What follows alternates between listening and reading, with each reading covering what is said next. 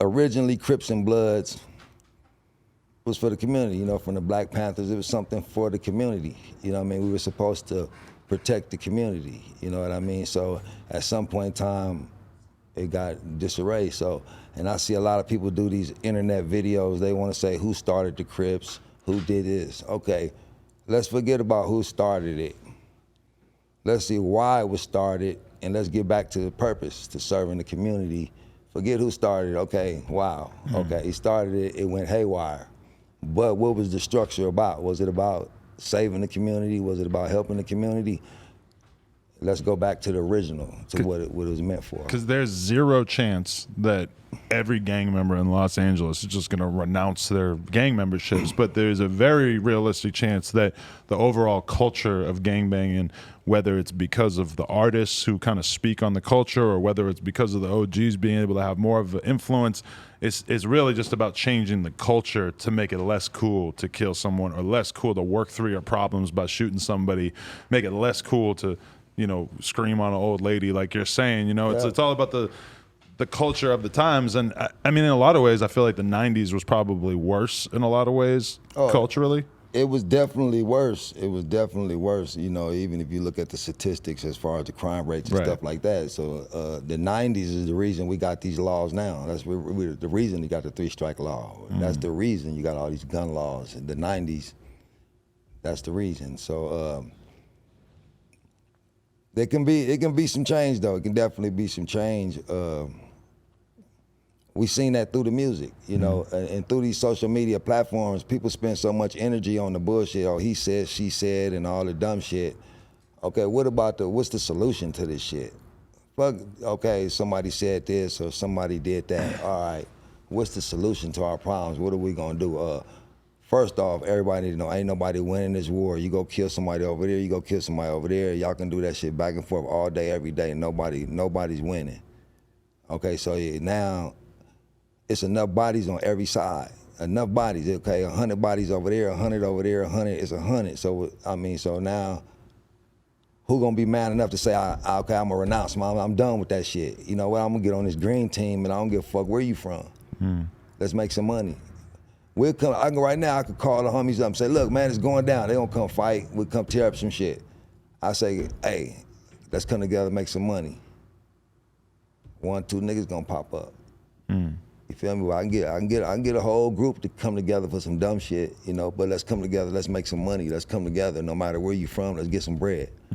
Let's live life. Ain't we tired? See, they never witnessed the peace treaty. When the peace treaty and when they had the Rodney King riot and the peace treaty, we was young, we was against it, man. We ain't with that peace shit, nigga. Fuck all that. We ain't with all that. You know what I mean? And so what year are we talking, and how did that actually come into effect, the peace treaty? It was because of the riots? Well, after the riots, the peace treaty went out. So at that time, I think the Swans, they wasn't with it.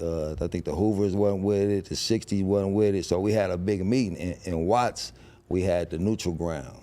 The PJs and the bounty hunters, they had the neutral ground. So a lot of LA, even though it was a peace treaty, we wasn't gonna go just hang in the Hoovers. The Hoovers wasn't gonna come hang with us, but everything in Watts was neutral ground. So when we went out there and we seen whoever, it was live. So like we were young and we was against it at first. Oh man, forget that, we was gangbanging. But we went out there and we seen Bloods, we seen Crips, we seen the purple, we seen all the colors, we seen all the females from around the world. It was just a big function.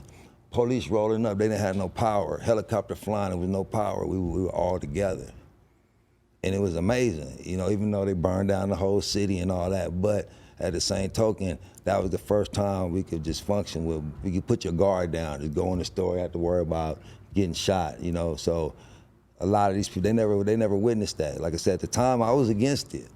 But once I witnessed it and I felt that, I've never felt it again since, though. You know what I mean? What made you against it? Just the fact that you were so angry about... I was young and I didn't know no better. We were gangbanging. At that time, I had lost homies. I done had little homies that got killed, and I had new fresh beef, so I understood. You know what I mean? We were really out there gangbanging. So as a youngster, we wasn't listening to the big homies. Like, oh man, we ain't trying to hear that. Because they was like, the big homies like, we gonna go check it out. Y'all stay here. But I had like 4 or 5 G rides in the alley. They were like, nah, we rolling with Mac. They jumped in the gym. We jumped in all the stolen cars and we shot up there. You know, we rags on our face and we ready to go tear this shit up. When we got there, and we looked at all of it like, wow, this is amazing. You know what I mean? And we were young. Might have been what, 19, 21. I don't know, something, whatever that was.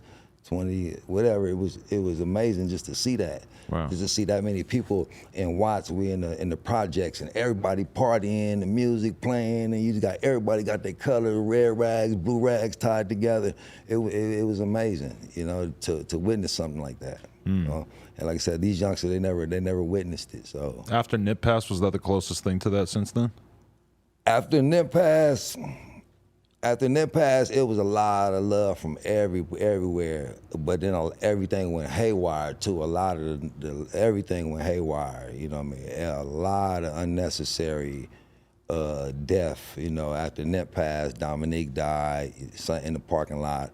A lot of people died that the world never heard about. You know, you never heard about Takeoff, Mad Ronnie. You never heard about those homies. And I watched them, and I raised all of them. Anyway, just to watch like Fats and watch them die. You know, and it's you know, just to watch them die. As the old guy, I gotta watch my youngsters. You know, and we losing the ones that really could make a difference. You know, but like I said, the world never saw those people, but they were equal in my heart. I you know, the same love I got for Nip, I loved all of them just like I love Nip. The world knew Nip, but I'm losing a lot of the good ones. Then you got a lot of them out here that are just taking up space that's in the way, that don't want to listen, that want to go against the grain, that think they above the program. Because these days, even if it's you or like higher ups from various gangs or whatever who all are agreeing that we're gonna have a peace, we're gonna try to get along, etc. I mean, we've seen it. We've seen it with the mural getting fucking tagged over and shit. There's always gonna be some young crazy motherfuckers who are gonna screw it up for everybody, right? Yeah. I mean, that's inevitable, but at the same token, we can't give up on them. You know, the OGs, you gotta constantly be on them. You can't give up on them. You know what I mean? Show them, give them options. Show them something like, you know, I'm opening up business. I got my restaurant. I got my clothing store. I'm teaching them how to manufacture stuff. Give them options. You know, you can't save everybody. You know, if you can save one or two out of the pack, you got to do what you can do. You know, your thing is just to plant the seed. You know, Nip was one of the ones that listened to what I had to say. I did the same spiel to a bunch of different homies. Like, why you want to gangbang, man? Look, this was gonna happen. So a couple of them is dead. Some of them did this, some did that. You know, Nip was one of the great ones that listened and did it big, you know. But what was that like witnessing his transformation from, people always make the point of Nip had all these other hoods whacked out on his skin, tattoos of who he had beef with, etc. But then when you look at him by the end of his career, that he was on some totally elevated, different shit.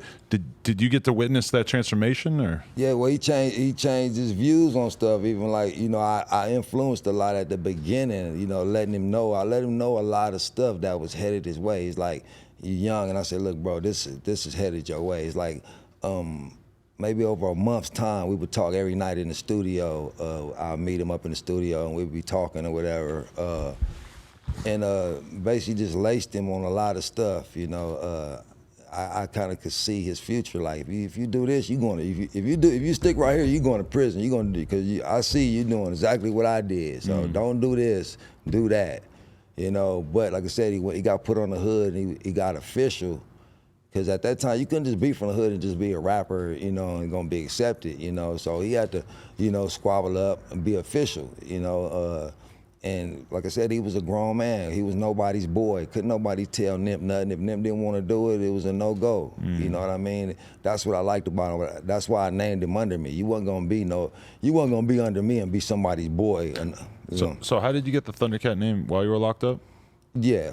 When I was, I'm originally a Kev Mac, so originally they know me as Kev Mac. So if you look at all the videos, I'm known as Kev Mac. You know what I mean? Okay. So if you look at all the original videos, I'm in the rapping. I got the permed out hair. Nipsey's bald headed, no hair on his face. He's just in the background. And all the little videos I did. That's what all your rap videos are under during that time. Yeah. Okay. I only put out a couple videos. Okay. You know, coming up from prison, I did a couple videos. Then when I started dealing with Nip, and at the time, Cuzzy Capone, he was one of the hottest ones in the hood. But when Nip started rapping, you know, I sat down and watched. You know, it was watch the show. You know, like he's amazing. It wasn't never about me. I did stand-up comedy, so I was going on stage at Mixed Nuts, the comedy store. I was doing shows coming on from prison. So prior to prison, I was doing that with AJ Johnson, doing shows with Martin Lawrence, Chris Tucker. Wow. I was doing it at the Comedy Act Theater in Leimert. So then I went to prison, came home. You got a lot of range, by the way, because that's not something I expected you to say in a million years, that you were doing comedy as well. So I was in the movie High School High, a couple other joints that, you know, Snoop Dogg video, I played his double. They took my face off in his video. So I've been, you know, when Snoop Dogg's fighting his murder trial, I'm holding his son in my hands, pushing the cameras out the way. You know, we were protesting for Snoop when he was fighting his murder trial. I brought some dogs down there and we put them in a cage and we said, let all our dogs loose, not just Snoop, all our dogs. So, you know, me and my guy Mustafa and Malik, we had a big impact on Snoop Dogg's case as well. We sat there and we protested in front of the criminal courthouse building, you know. Wow. So when I met Nip, he was like my young Snoop. Okay, guys, we want to thank you so much for getting us to 100,000 subscribers right here on the Clips channel. If you want to support, please click that subscribe button. We're trying to get to 200K. Thank you so much.